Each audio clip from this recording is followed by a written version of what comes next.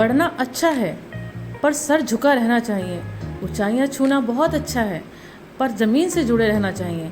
नमस्कार, good morning, Radhe Radhe दोस्तों। स्वागत है आपका मेरे एक नए स्टडी ब्लॉग में।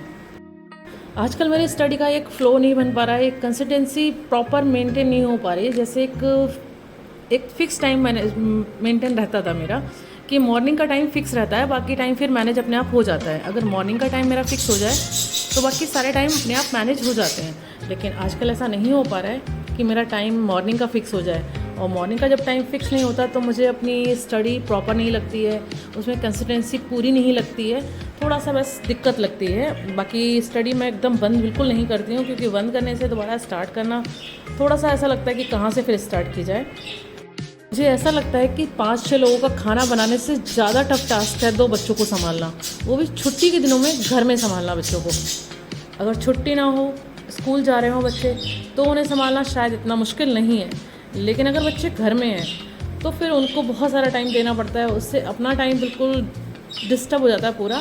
अगर यही बच्चे स्कूल जाते हैं तो मेरा प्रॉपर टाइम मैनेजमेंट होता है, पूरा सब कुछ ठीक होता है, स्टडी कंप्लीट होती है, बच्चों के सारे काम भी कंप्लीट होते हैं, सब कुछ हो जाता है। लेकिन छुट्टी में सब कुछ हौच पौच जैसा हो रहा है। तो अगर ऐसा आप लोगों के साथ हो रहा है तो भी आप क्या कहते हैं, अपनी स्टडी को एकदम ब्रेक मत कीजिए।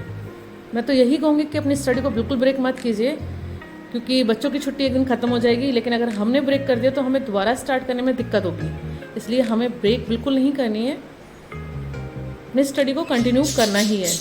तो आजकल वही मेरी रात में जो नींद का टाइम है वो 12 से 12:30 तक का हो चुका है, क्योंकि बच्चे सोते ही नहीं हैं 11 बजे तक। उन्हें चाहे कितना भी डांट लो, कुछ भी कर लो, बच्चे नहीं सोते हैं, बच्चे खेल में लगे रहते हैं। तो क्योंकि बच्चे घर में ही रहते हैं तो फिर बच्चों को छुट्टी का टाइम है, थोड़ा खेलने के लिए चाहिए, स्पेस चाहिए, वो सब है नहीं। तो बच्चे रात में भी जगते रहते हैं। जब बच्चे बैठे टीवी देखेंगे तो फिर वो नींद भी उन्हें उतनी नहीं आती है। और कंपेयर टू स्कूल जाते थे तो वो वहाँ खेलते थे, दौड़ भाग करते, तो बच्चे थक जाते थे, तो वो आराम से आके सो जाते। तो उनका सोने का टाइम फिक्स था। और बच्चे अगर सो जाएं तो फिर खुद भी टाइम पे सो जाओ। अगर बच्चे टाइम पे नहीं सो पा रहे हैं तो फिर माँ का सोना तो पॉसिबल ही नहीं है। फिर जब मैं 12 बजे तक नहीं सो पाती हूँ तो फिर मॉर्निंग में मेरा उठना 3 बजे 4 बजे नहीं हो पाता है। तो अगर मैं 6 बजे भी उठती हूँ तो मुझे आजकल सीधे घर के काम करने पड़ते हैं, क्योंकि बच्चे जब लेट नाइट सोते हैं तो फिर उन्हें सुबह उठते ही उठते भूख लगने लगती है। वो सुबह जैसे ही उठेंगे वैसे ही बोलते हैं माँ खाने को दो कुछ, तो फिर बनाना पड़ता है, तो फिर इसलिए नहीं हो पाता है। और पहले जब मतलब बच्चे टाइम पे सो जाते हैं तो बच्चे जल्दी भी उठ जाएं तो थोड़ा खेलने में लग जाते हैं, वो सुबह उठ के एक साथ खाना नहीं मांगते हैं, तो थोड़ी स्टडी के लिए टाइम मिल जाता है। तो आजकल मेरी स्टडी के लिए कम ही टाइम मिल रहा है। लेकिन सुबह उठकर फिर ब्रेकफास्ट बनाया, ब्रेकफास्ट बनाने के बाद फिर खाने के बाद बच्चे बोलते हैं कि अब माँ थोड़ी देर खेल लो।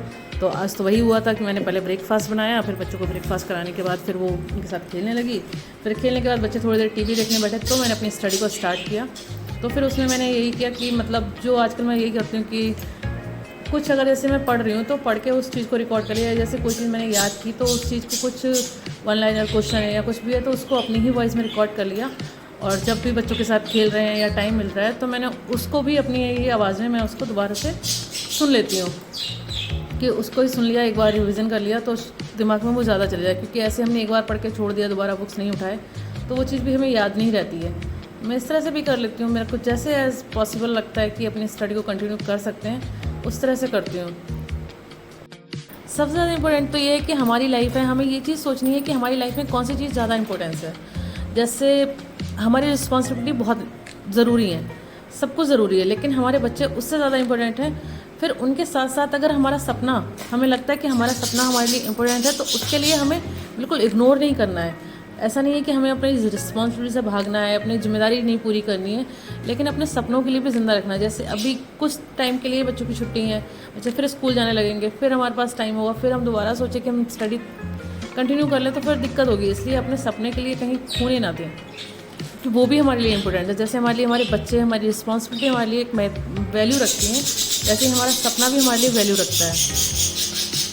तो अपनी लाइफ में अपनी क्या चीज़ हमारे लिए कितनी ज़रूरी है उस चीज़ को पहले देखें, तो उस तरह से फिर हमको एक मोटिवेशन मिल जाता है कि हमें क्या करना है अपनी लाइफ में, हमको कितनी इंपॉर्टेंस देनी है।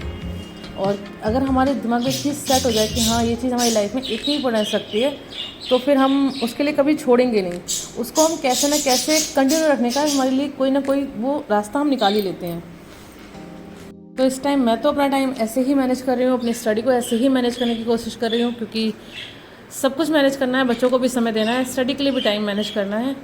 अगर आपको मेरा ब्लॉग अच्छा लगा हो, आपको कुछ मोटिवेशन मिला हो, तो मेरे वीडियो को लाइक करें, चैनल को सब्सक्राइब करें और अपनी स्टडी करते रहिए, आगे बढ़ते रहिए। मिलते हैं तो नेक्स्ट ब्लॉग में। Bye bye, thank you.